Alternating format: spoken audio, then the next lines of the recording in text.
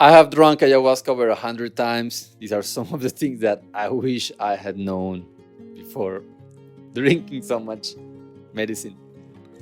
First, I wish I had understood that there is nowhere to go and that being present is the greatest present.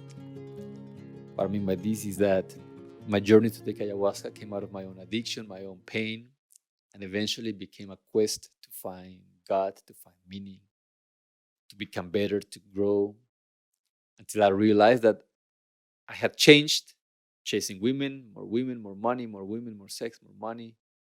I changed that for more growth, more medicine, more ayahuasca, more retreats, more personal development. I had turned my life into an endless self-development journey. I need to realize that I had switched the thing that I was chasing, but the experience of my life was one of chasing. What does it mean? Of not being good enough.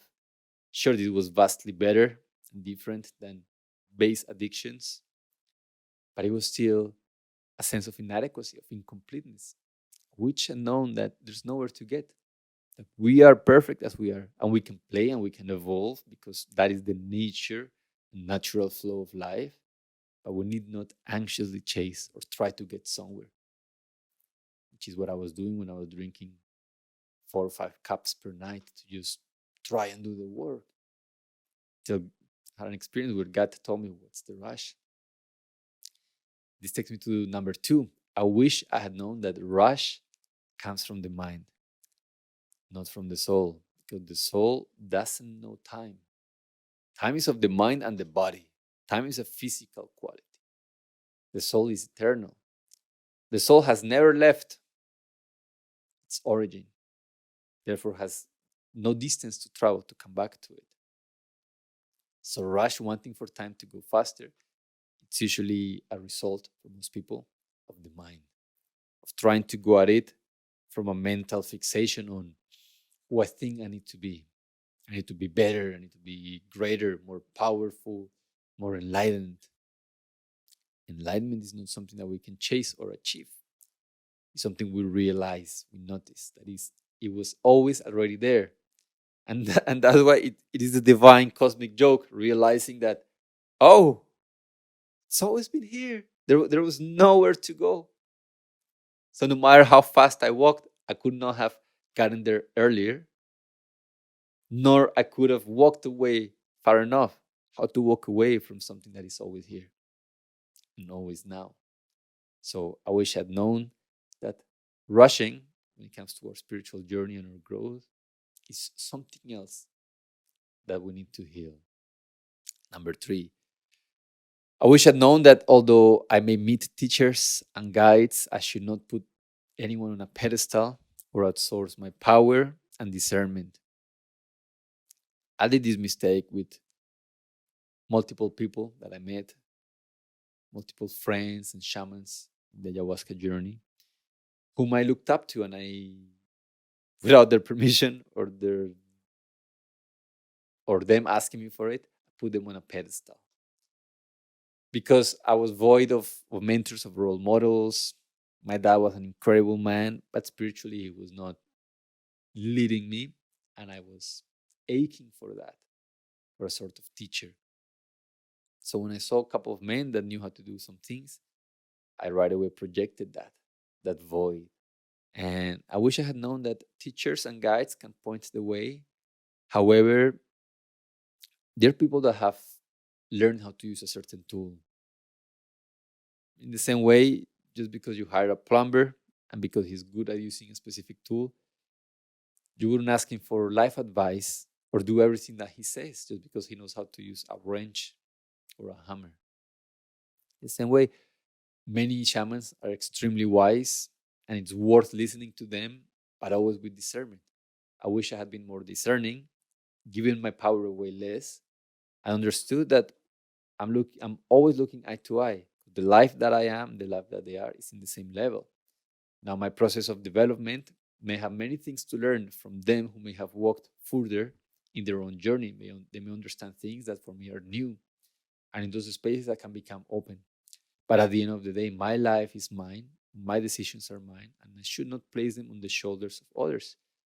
because they're bound to suggest something that causes trouble, and I will resent them. And I'm the only one to blame for that. I'm the only one responsible for that. And finally, I wish I had known that my daily practice is far more important than how many cups of ayahuasca I drink. In some places, I felt this glorified sense of who can handle the most ayahuasca, who can handle the strongest trip, who can be, the macho man that just puts with it and knows how to tame the forces of nature. And I find that the true spirituality does not come in how many cups of ayahuasca you can take, doesn't come in how many psychedelics you take, doesn't come in how many cold plunges you immerse yourself in, or how long you last there, or how cold the water is. It's not about being great in difficult situations, but about learning to be great in seemingly mundane, day-to-day situations. True being is him who can handle himself properly and feel exuberant and in love with his life or her life while sober. Nothing wrong with methods, the medicines, the experiences. However, the life that we live is here and now. This is the gift. This is the opportunity for us to grow. And we may find tools, we may find teachers, we may find things that bring us further along our journey of growth. And at the end of the day, we were given a body for a reason.